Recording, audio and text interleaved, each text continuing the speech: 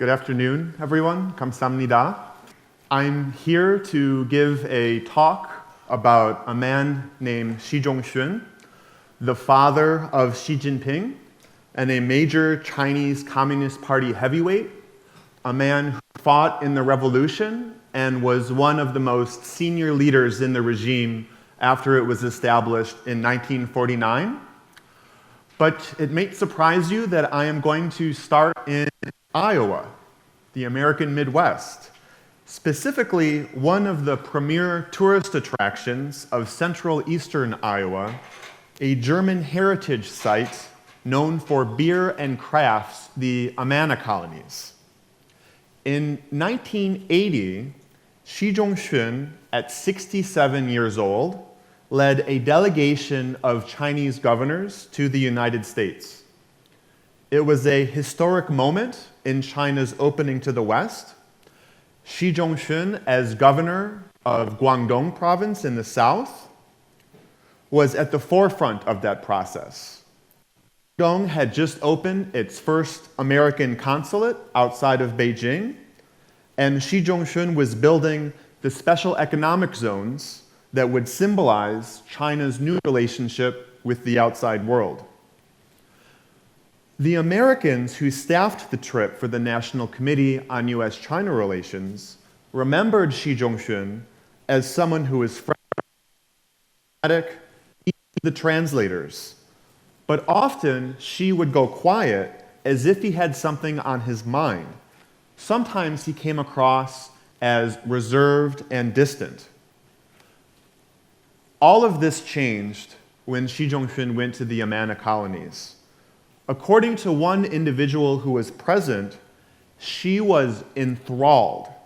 He went on in a way that really left an impression. He, quote, became a different guy and was almost crawling across the table.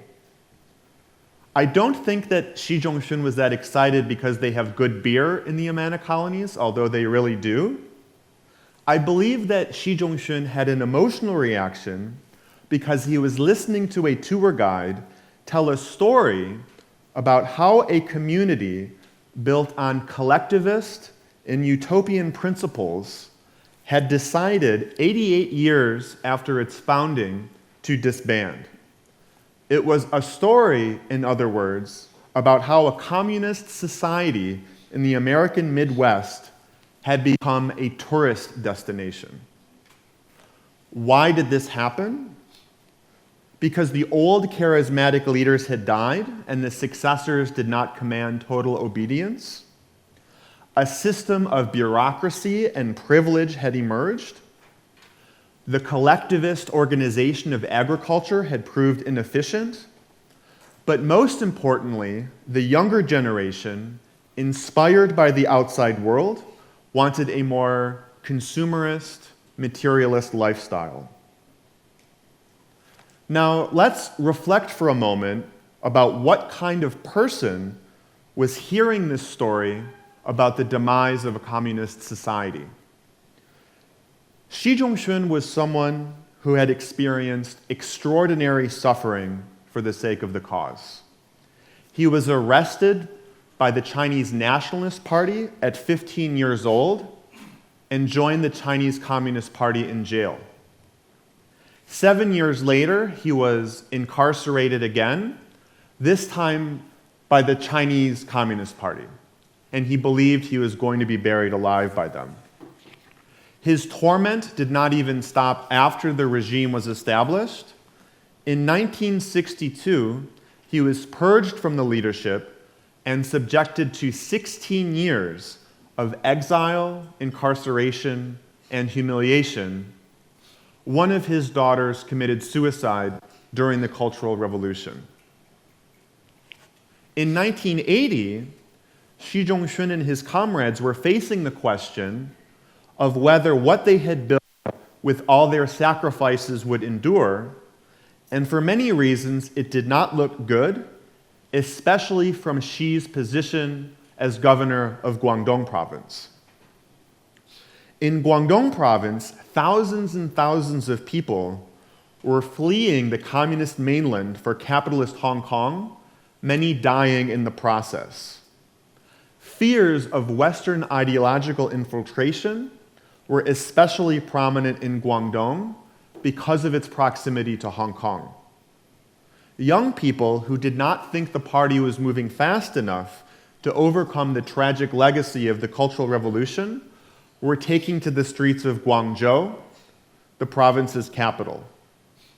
Thousands of miles away, in other border regions, Beijing was shocked when representatives of the Dalai Lama were met with enthusiasm, not the hatred the Communist Party expected. Abroad, the solidarity protests in Poland were raising questions about the Communist project globally. And even though Mao Zedong had taught the party lessons about the dangers of strongman rule, as Xi Zhongshun sat listening to the Amana colony's tour guide, the autocratic Deng Xiaoping was assuming power in Beijing.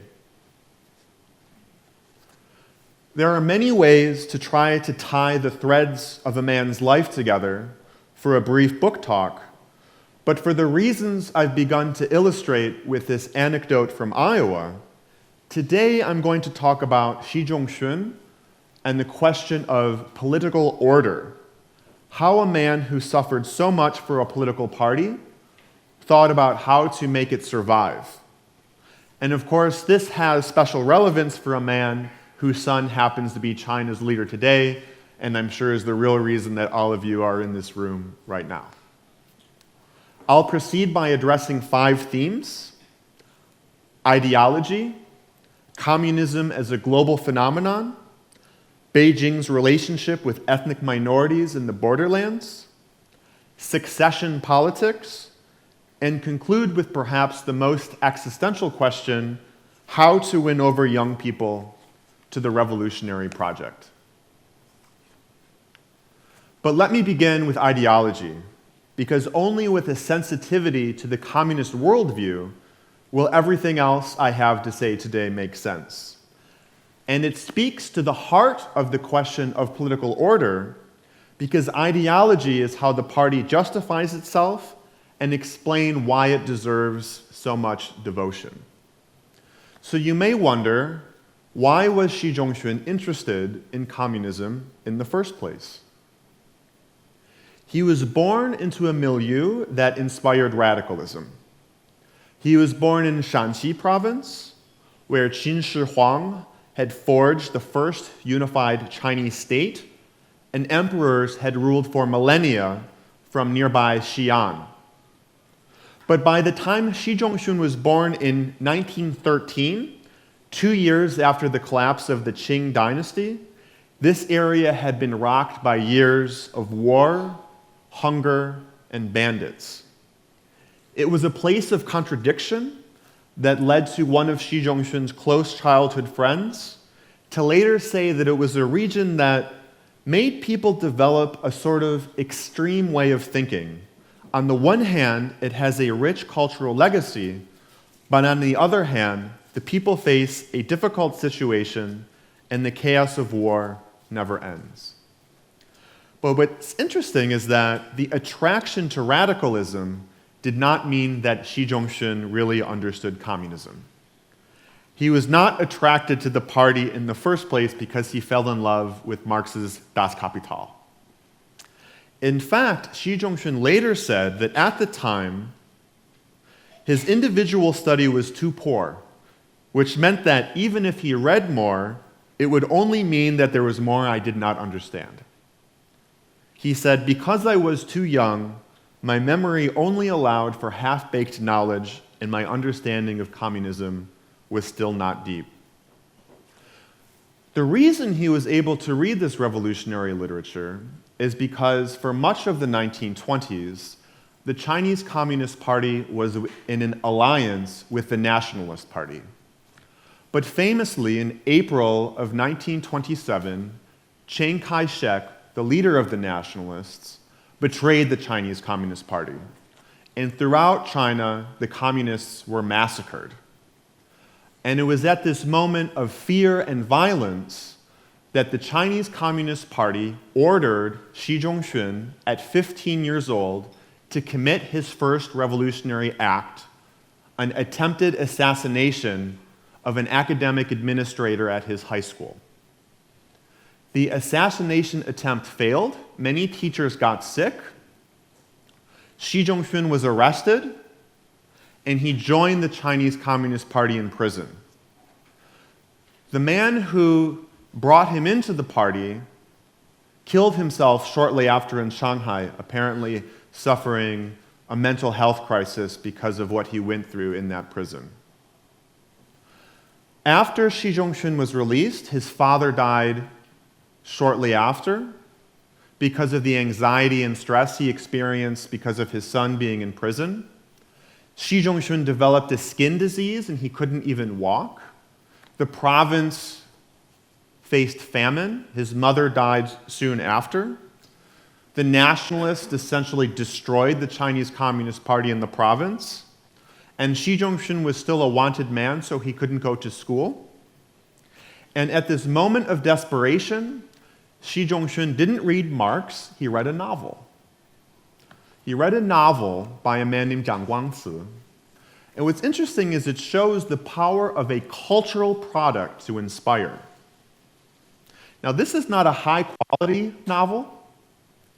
T.A. Xia, one of the greatest historians of Chinese literature, said that this author, Jiang Guangci, no doubt had his fans among the barely literate youths who did not care so much about the quality of the writing as the emotions he so frankly expressed.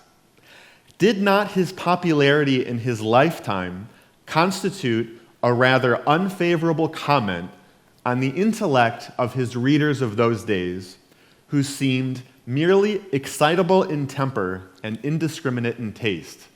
So this very famous scholar of Chinese literature talking about Xi Jinping's father without realizing it. This book is simply one disaster after another that befall the main character. It is a relentlessly sad and bleak book. The main character says, "The more pain that evil society brought me, the more powerfully did my resistance develop."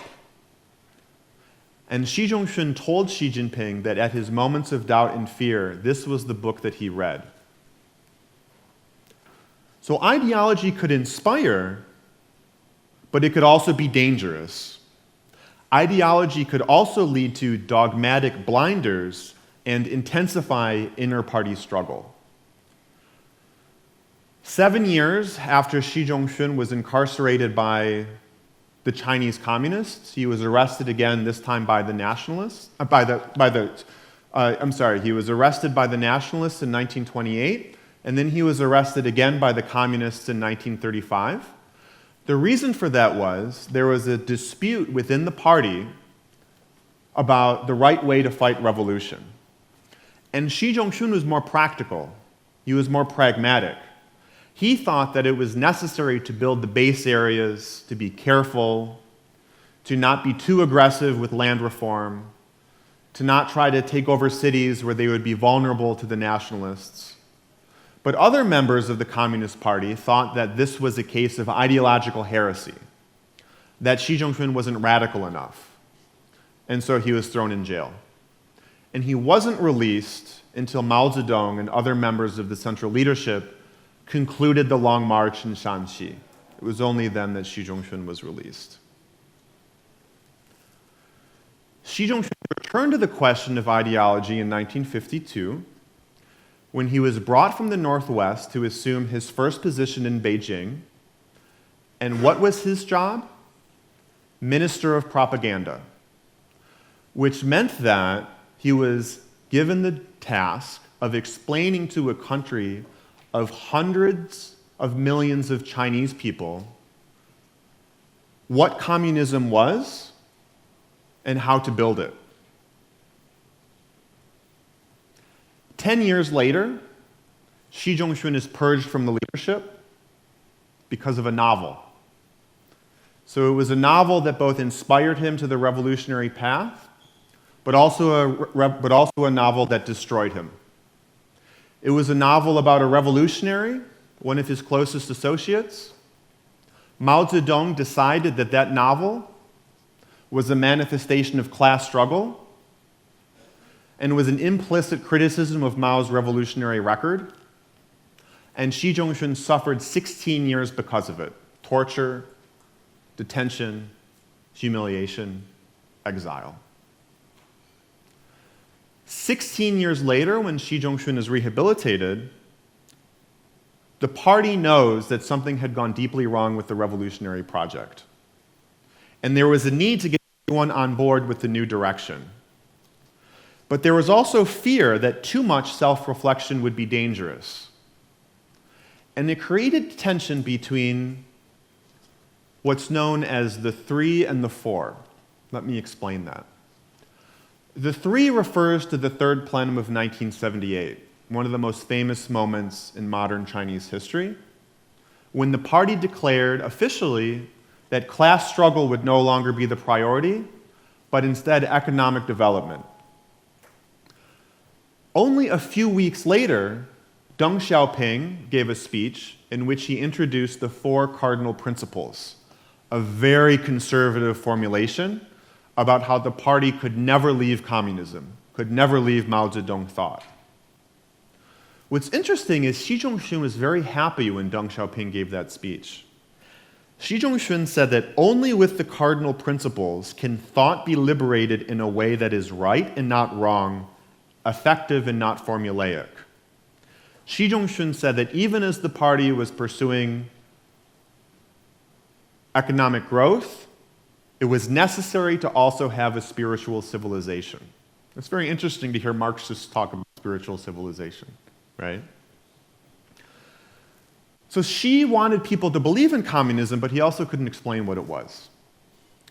Xi Zhongshun said at this time that China has already done socialism for 32 years, but we still don't know what kind of road we will take. The search might take a long time before a relatively complete socialist system is achieved. And so over the 1980s, we see these dramatic zigs and the zags as the party tries to figure out how to balance economic development with conservative principles. In 1981, Xi Zhongshun moves to Beijing to work on the secretariat. He runs its daily affairs. This is a position of immense importance. And right when he arrives in Beijing, there is a crackdown that leads people to fear another cultural revolution is coming. And the crackdown is triggered by what? Yet another cultural product, this time a movie. The name of the movie is Bitter Love, and it's about a Chinese person who is loyal to the cause, but is betrayed by it, and famously includes the line, "You always loved the motherland, but did the motherland love you?" And for Xi Zhongshun, that would have been a question that he might have asked himself. But the criticism of this cultural product is so intense that people fear another cultural revolution is coming. Xi Zhongshun said it's correct to criticize this kind of thing, but we should go to. But of course, how do you criticize without going to? There's no clear answer to this. 2 years later, precisely because there's no good answer, something similar happens again. There's another campaign, a campaign to, quote, eliminate spiritual pollution. Xi Zhongshun says it's a disaster, that it's a mini cultural revolution. But he also told foreigners who visited China that China really did have a problem with spiritual pollution. In 1987, his boss at the Secretariat, the General Secretary Hu Yaobang, is purged from the leadership. He is accused of bourgeois liberalism. When Hu Yaobang is criticized, people say to Xi Zhongshun, "You went even further. You committed even more crimes than Hu Yaobang." Hu Yaobang writes a self-criticism in which he says, in theory, we can integrate reform and opening with the 4 cardinal principles, but in practice, in concrete terms, it's very, very difficult. So you can see that how to think about communism was never obvious even for the Chinese Communist Party. So it's not surprising that the Chinese communists were constantly looking for models and learning lessons from what happened in other countries. In 1953, when Xi Zhongshun was Minister of Propaganda, the #1 slogan was, "The Soviet Union of today is China's tomorrow." 1953, by the way, was the year that Xi Jinping was born. 3 years later, Xi Zhongshun is put in charge of the program of Soviet experts who went to China to help the country rebuild after years of war against the Japanese and the nationalists. Xi Zhongshun's very first trip overseas is to Hungary, which just a few years earlier had seen the first big insurrection against the communist regime and led to questions about the resilience of communism globally. His second trip overseas is to Moscow in 1959. On the day he leaves China, for the first time, Chinese soldiers kill Indian soldiers on the China-India border. While Xi Zhongshun is in the Soviet Union, Moscow releases a statement that takes a neutral position. China is furious because at the time they are in a formal alliance with the Soviet Union, and this is interpreted as a betrayal, as treachery. And Xi Zhongshun ends his trip to Moscow early because of it. Mao Zedong was trying to understand why the Soviets did such a thing, and he was also worried about trends in Soviet society, especially Khrushchev's criticism of Stalin. And Mao decides that it's a problem of class struggle, that the Soviets were no longer radical enough and had become revisionists, meaning not real communists anymore. So in the summer of 1960, when Mao returns to this theme of class struggle, Xi Zhongshun was swept up in it. And Xi Zhongshun was not just criticized because of a novel, he was also accused of being a spy for the Soviet Union. When Xi Zhongshun returned to power after the Cultural Revolution, the Chinese Communist Party has a new problem, which is that other communist states think they're the ones who are revisionists because they're the ones who are pursuing economic reforms, including market signals. And one of Xi Zhongshun's jobs on the Secretariat was reestablishing ties with foreign leftist, communist, and revolutionary parties who had lost contact with Beijing because of the radicalism of the Mao era. But the 1980s were a moment of crisis for the global left. In 1988, April 25, Xi Zhongshun meets with representatives from Poland. He tells them that reform waits for no one. On that same day, for the first time in 8 years, there are more solidarity protests in Poland. Less than a year after Xi's words, solidarity is legal. And just a few months after that, there is no more communism in Poland. So Xi Zhongshun's warning that reform waits for no one was quite accurate for the Poles on this case. Xi Zhongshun is impressed with the reforms that Mikhail Gorbachev is pursuing in the Soviet Union. He's paying attention to what's happening there. After the nuclear disaster in Chernobyl, he writes a notification in which he says, "We in China also have a lot of mistakes like this in our work. It's certainly true that bureaucratism is much more terrible than radiation." As communism is collapsing throughout the communist bloc, Xi Zhongshun says that China is different. And his reasoning is that China combined the universal truth of Marxism-Leninism with China's revolutionary practice, meaning that China, unlike other countries, was able to adopt Marxism to national conditions. And Xi Zhongshun blames the defeat of communism throughout the world on the West, on the imperialists. he wrote in 1990, "Recently, an adverse current of negating socialism has appeared in the world. The international hostile forces more intensively pursued the strategy in an attempt to subvert and sabotage socialism." During his previous tour in Beijing in the 1950s, in other words, Xi Zhongshun was witnessing the beginning of the end of China's communion with the communist bloc. But by the end of his second tour of duty in Beijing in the 1980s, he was witnessing the collapse of the bloc itself, except in one country, North Korea. And I'll spend a few more minutes on this in this talk than I normally do, because perhaps this audience is curious. In the beginning of the 1980s, Kim Il-sung wanted China to approve his plans for dynastic succession. And at first, the Chinese didn't want to. The Chinese wanted the North Koreans to say that Chinese reforms were not revisionism, that China was still communist.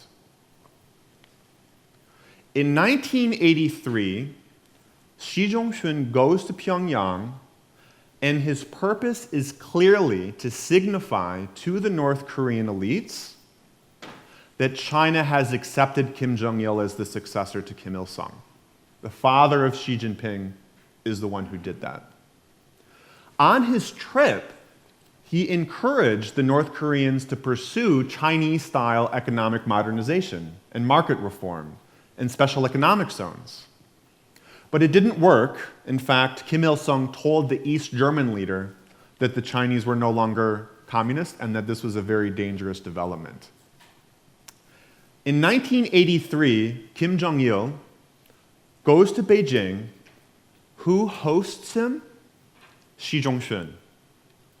I have a picture of a performance where Kim Jong-il is sitting next to Xi Zhongshun, and they're watching a woman sing arirang. That woman is Peng Liyuan, the wife of Xi Jinping, 4 years before she met Xi Jinping. When Kim Jong-un went to Beijing in 2018, Xi Jinping showed him that video, and Kim Jong-un looks at him like that, right? In 1988, Deng Xiaoping decides that China is going to normalize ties with South Korea. 1 month later, Xi Zhongshun goes to North Korea, clearly to deliver the bad news. When he returns to Beijing, Xi Zhongshun writes a very interesting report to the leadership, saying that China should study North Korea's ideology, political indoctrination, patriotic education, and discipline. At the same time, of course, that Xi Zhongshun is encouraging the North Koreans to pursue economic change. So you see this tension in Xi Zhongshun, right? He wants his cake and to eat it too.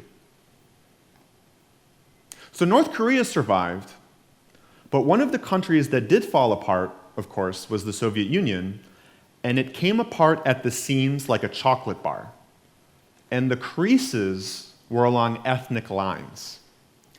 And that had special importance for Xi Zhongshun as one of the party's leading figures, if not the leading figure, on the party's relations with Tibetans, Uyghurs, and Mongolians.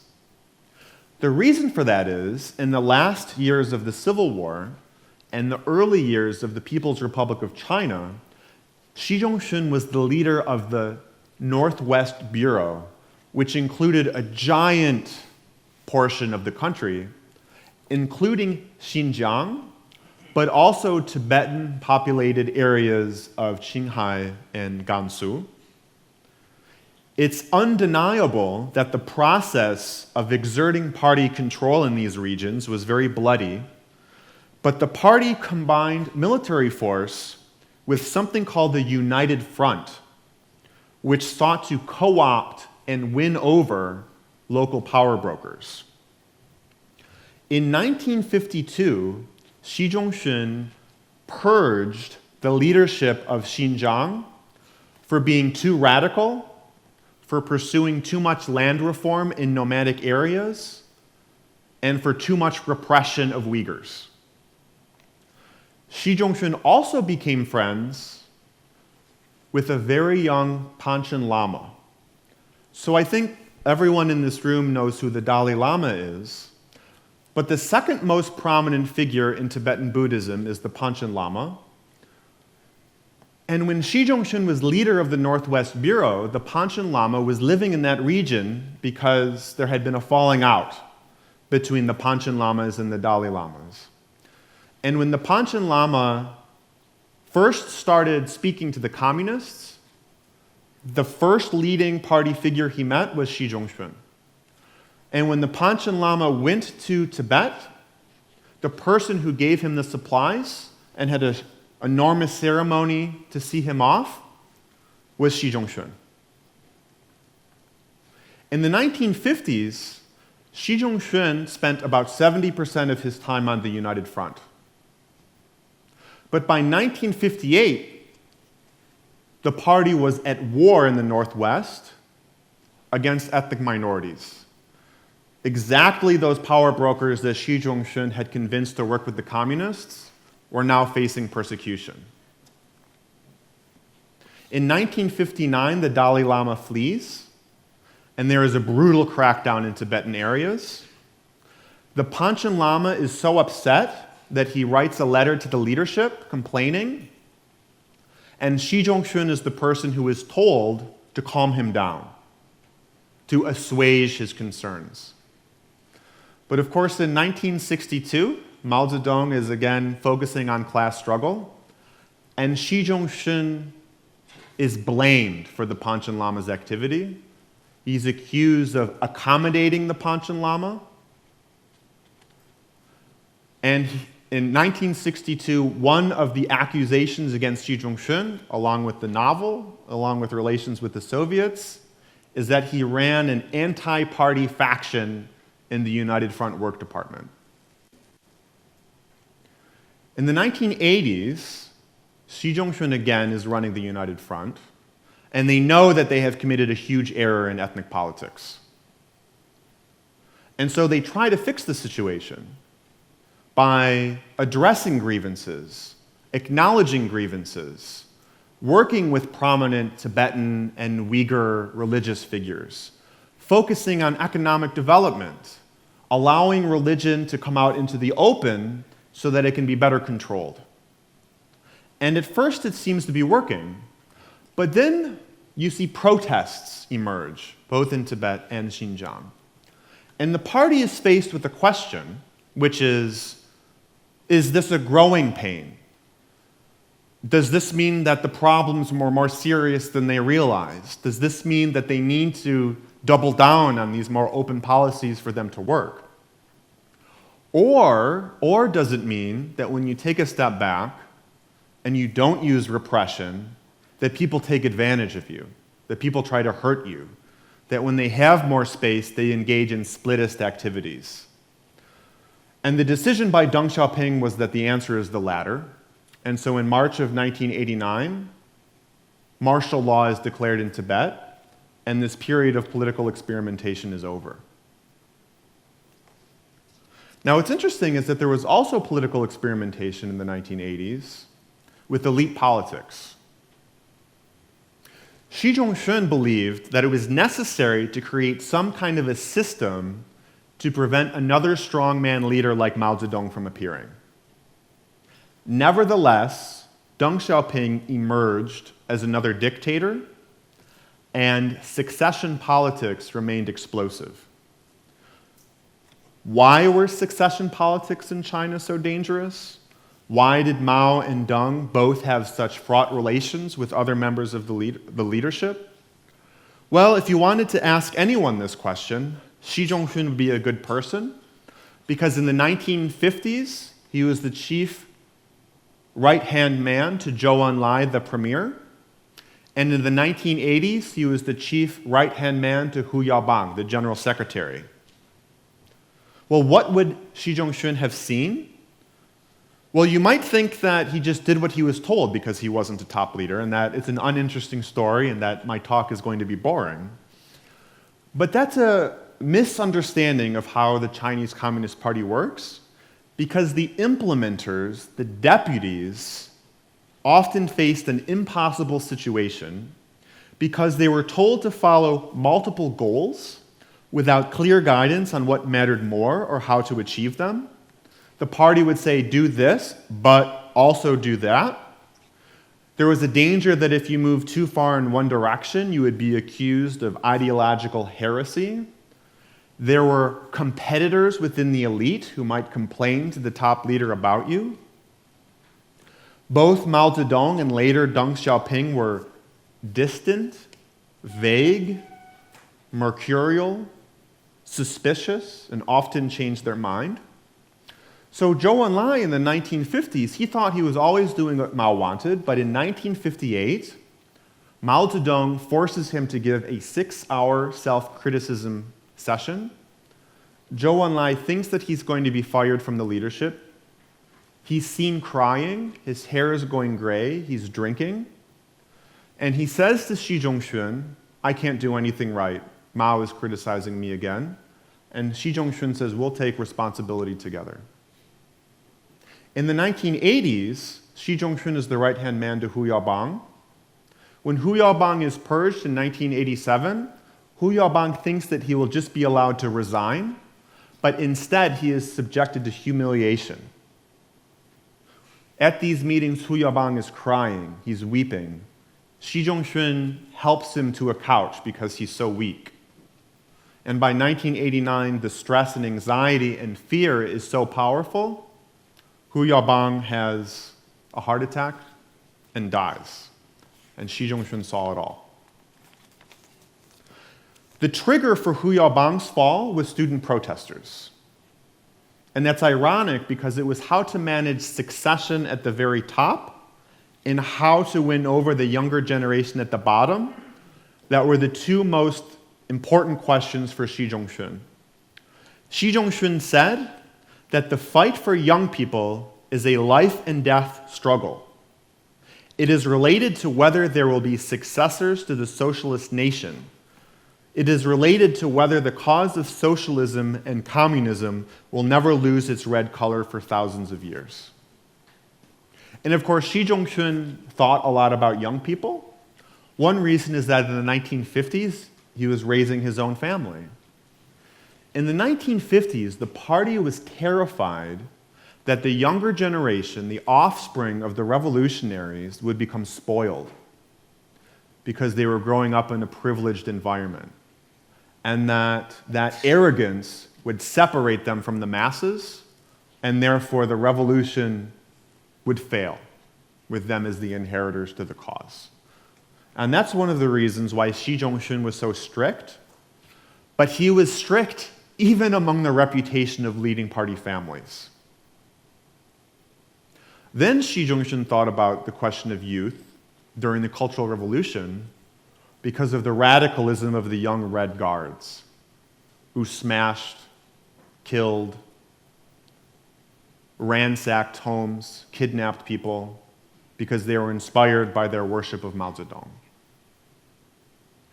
Young people going after the revolutionaries while they're still alive. Then in the 1980s, you have the opposite problem, which is that young people don't believe in anything because they've been disillusioned, because they saw that the Cultural Revolution had proven to be a lie. And you have about 70% of young people in some provinces believing that Mao's mistakes were greater than his contributions. All of these questions about what kind of principles would allow the party to survive reached a clarifying moment in 1989 during the Tiananmen Square protests. During those protests, Xi Zhongshun was the first vice chairman of the National People's Congress, the Chinese legislature. Shortly after the death of Hu Yaobang, a member of the Politburo Standing Committee goes to Xi Zhongshun's office and starts crying. And Xi Zhongshun says, now is not the time to weep. Many people in the leadership thought that the best possibility to avoid a violent resolution to the crisis was to use the National People's Congress. The head of the National People's Congress in May and June was in the United States and Canada. So the senior figure at the Chinese legislature was Xi Zhongshun at this existential moment. And we know that he didn't want there to be a violent crackdown. But after days of pressure from the other senior revolutionaries, he relented. And the National People's Congress declared that there would be no emergency session. But as the tanks marched toward Tiananmen Square, the reason the students remained is that they still hoped that there would be a National Party Congress meeting to save them. But they waited in vain. A few months later, there's another meeting of the National People's Congress. Xi Zhongshun screams at the premier. He has a sort of a mental episode. He sleeps that night on his couch. And we know from the diaries of a man named Li Rui, who was a former secretary to Mao Zedong and a close associate of Xi Zhongshun, that this was the result of several years of pent-up resentment. Shortly after, Xi Zhongshun goes to Guangdong province and doesn't return to Beijing until about 9 years later, having had a falling out with the leadership. So what does this all mean for how we think about Xi Jinping? Well, it's certainly the case that many people were surprised by Xi Jinping because of their understanding of his father.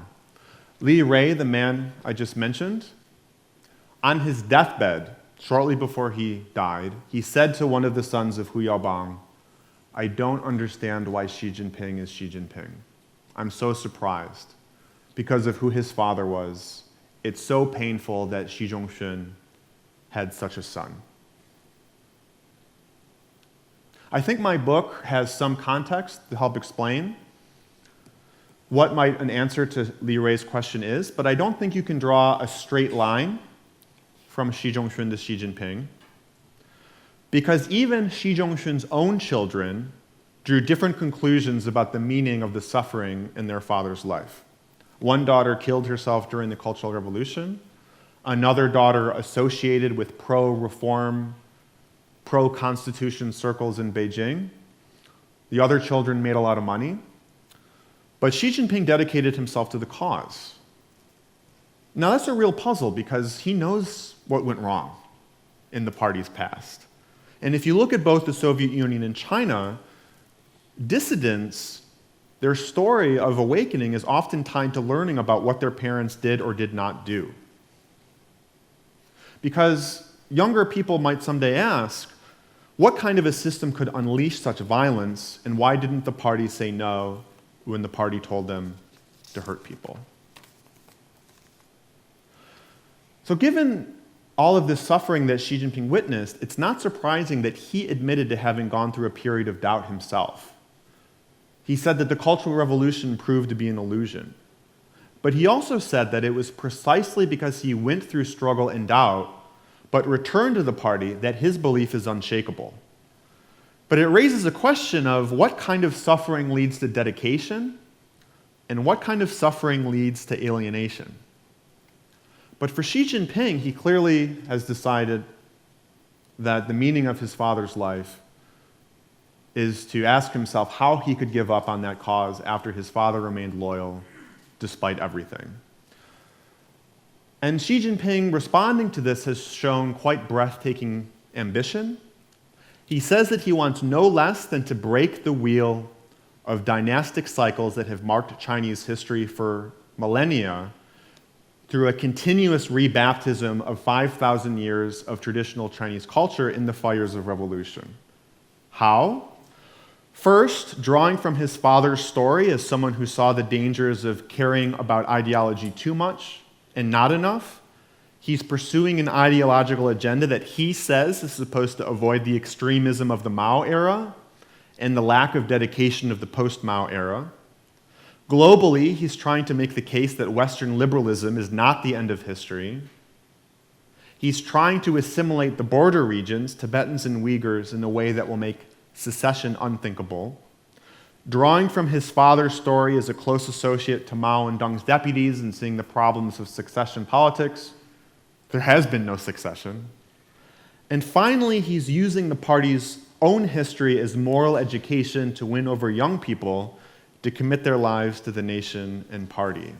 And that's why I think it's meaningful to go back and look at what that history really is, which is what I tried to do in my book.